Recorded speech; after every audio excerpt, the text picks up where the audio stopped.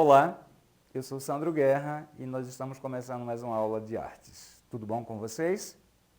Hoje nós vamos falar sobre a tecnologia no teatro. A gente vai dar um pequeno passeio, né, sobre essa coisa da tecnologia e eu já queria abrir essa aula deixando bem claro para vocês o seguinte. Sempre que a gente pensa na palavra tecnologia, a gente associa a informática, né? Computadores, tablet, laptop, celulares de última geração, né? Sempre aquele celular mais novo, a gente sempre associa a essas questões. Mas, na verdade, a tecnologia ela está ligada às técnicas de como fazer as coisas.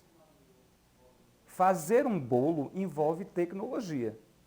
Porque imagine o seguinte, como as pessoas faziam um bolo no Brasil colônia, como elas fazem hoje. A pessoa da mesma forma, vai misturar os ingredientes, vai bater, não sei o quê, certo. Mas aí hoje já tem a presença das batedeiras de bolo. Né? Não precisa ser só na mão, bater o bolo só na mão. Isso é uma tecnologia. Mas ao mesmo tempo, se a gente pensar, por exemplo, a escrita, o homem escrevia nas cavernas, né? Usando as tintas que ele improvisava com sangue, com madeira queimada, com excrementos de animais. E hoje a gente tem, né, canetas ultramodernas, mas essas tintas, esse carvão, virou o grafite, o lápis, depois a esferográfica. Então, tecnologia é isso, é a gente ir aprimorando a forma de fazer as coisas. Não necessariamente é informática, ok? Então vamos lá. A gente vai falar sobre o teatro. E aí eu já trouxe essa imagem para vocês, que eu fiz questão de fazer uma homenagem, digamos assim. Esse grupo é a Trupe do Barulho, é um grupo pernambucano que fez história, faz parte da história do teatro brasileiro hoje, indiscutivelmente.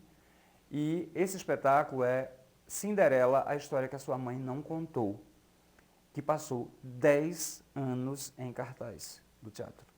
De quinta a domingo. 10 anos. Não era uma coisa assim, saiu de cartaz e voltou ano que vem. Não. 10 anos ininterruptamente. Então eles conseguiram um feito fantástico para um grupo de teatro pernambucano. Ok? Então, Trupe do Barulho, né? Nossas palmas para eles, né? Nossa homenagem a eles. Teatro é uma arte, teatro é um edifício. A arte, teatro, né? Teatro é lugar de onde se vê. Né? Então, é a arte do espetáculo, da peça de teatro, enfim, de você contemplar uma obra escrita por alguém, dirigida por alguém, interpretada por alguém, e que você vai lá e assiste, e se emociona, e sorri, e chora, e se indigna, enfim. Ok? E teatro é um edifício, que é a casa onde acontece essa arte. Ah, o teatro só acontece dentro desse edifício? Não, o teatro pode acontecer na rua, por exemplo. Ele pode acontecer dentro da escola, dentro da igreja. Ele pode acontecer em qualquer lugar. A arte e teatro pode acontecer em qualquer lugar. Desde que exista um ator dizendo um texto e uma pessoa assistindo, o teatro está ali. Porque a tríade essencial do teatro, os 3 elementos principais são o ator, o texto, o público.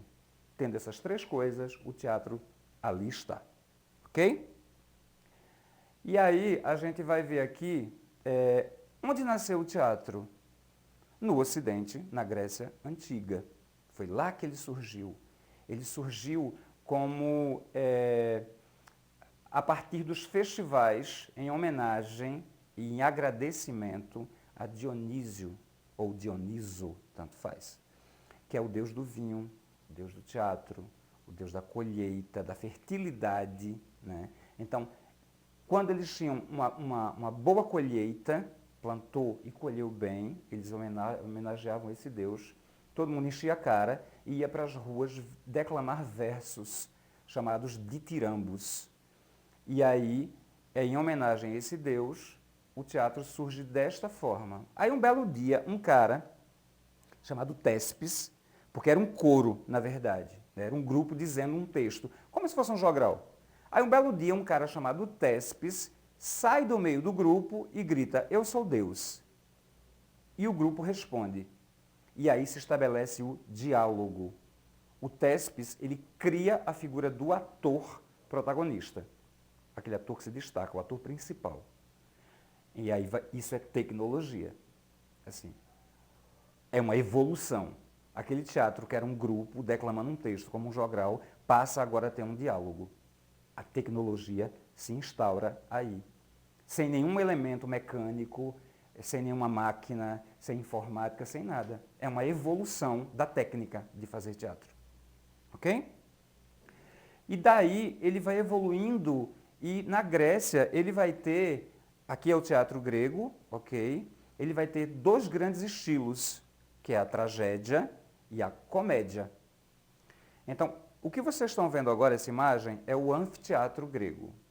Nesse espaço cabiam cerca de 40 mil pessoas, mais gente do que na Ilha do Retiro, porque o campo do esporte cabe 33 mil pessoas, tá certo? Então o teatro grego cabia mais gente e lotava, bombava geral assim. A galera ia mesmo assistir e prestigiar. O governo incentivava muito para que o povo fosse assistir ao teatro. Porque no teatro discutia-se política, a sociedade, filosofia. A filosofia é muito cara aos gregos, eles inventaram a filosofia. E aí os dois grandes gêneros eram a tragédia e a comédia. A tragédia era o gênero considerado mais importante, segundo a Poética de Aristóteles, que é um livro que conta sobre essa história.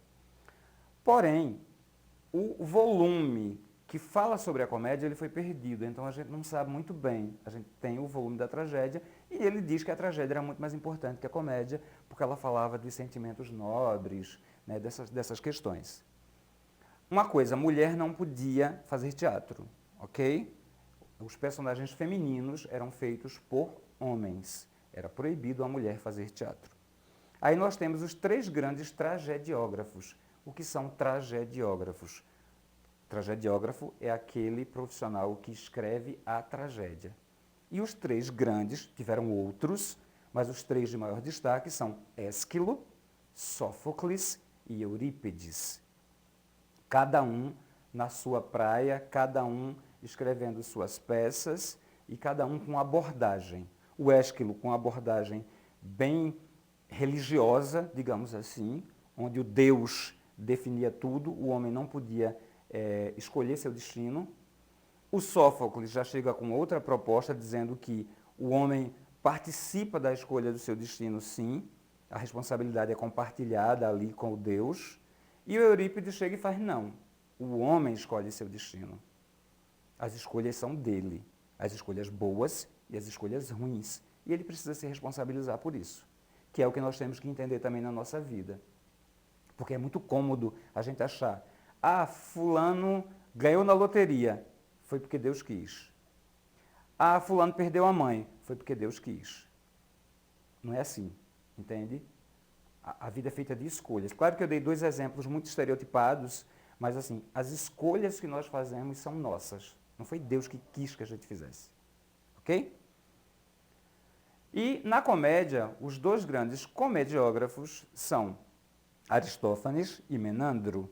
Né? São esses dois caras que vão escrever a comédia, né? Que já vai falar de temas mais comuns, né? Intrigas pessoais, intrigas de casais, tirando sarro, né? Da política, dos políticos, fazendo críticas sociais, né? Então a comédia já vai ter essa abordagem, já vai ter essa pegada, vai ser mais tranquilo nesse aspecto.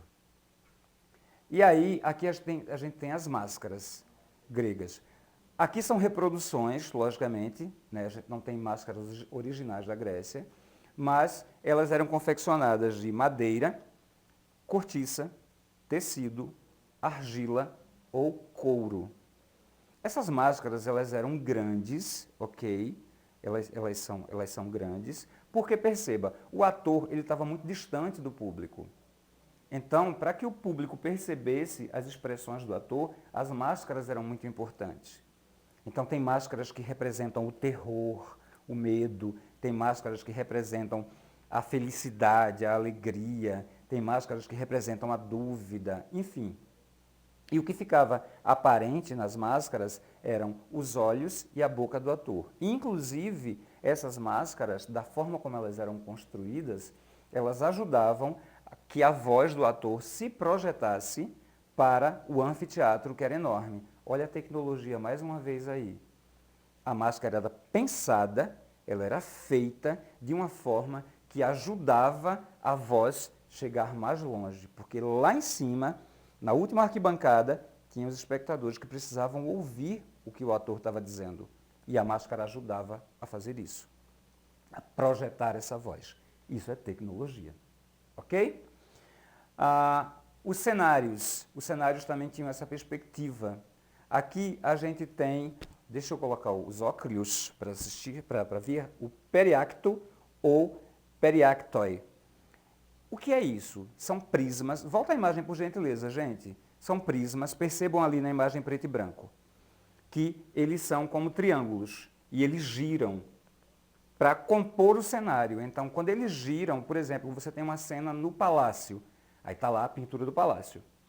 Aí a cena agora passou para a floresta, aí eles giram e a pintura inteira vira uma floresta. Eram estruturas de madeira com roldanas. Volta para mim, gente. Eram estruturas de madeira com roldanas que fazia com que girasse, mudasse todo o cenário e, mais uma vez, a gente tem a tecnologia com a força braçal. Os caras puxando, girava e estava lá o outro. E isso era bem rápido, porque isso é uma obra de engenharia, na verdade, né? Então, isso é o trabalho do cenógrafo que cria isso, mas quem executa isso, essa invenção, quem vai botar a mão na massa é o cenotécnico, que é quem vai construir isso aí, ok? Então, aqui é o cenário contemporâneo, o cenário de hoje. Vejam como as colunas gregas ali representadas por cortinas, né? E aí a questão da altura, né, vai dar essa dimensão da coluna. Né? Isso é tecnologia também. Eu não preciso colocar uma coluna de madeira ou de isopor imitando mármore. Eu posso construir com tecido. E a luz vai me ajudar a dar esse efeito. Mais uma vez a tecnologia se manifestando. Ok? Então, gente, aqui estão as referências bibliográficas para vocês consultarem, caso vocês tenham interesse. E tem aqui um desafio para vocês. Então, esse desafio é... vamos lá? Fazer um resumo dessa aula. Fazer o resumo é sempre importante, porque você vai registrando na sua cabeça o aprendizado. E se você ficou com alguma dúvida, consulte seu professor ou sua professora de artes, já que a gente voltou para o presencial, não é isso? Então, gente, muito obrigado pela atenção de vocês e a gente se vê na próxima aula. Tchau, tchau.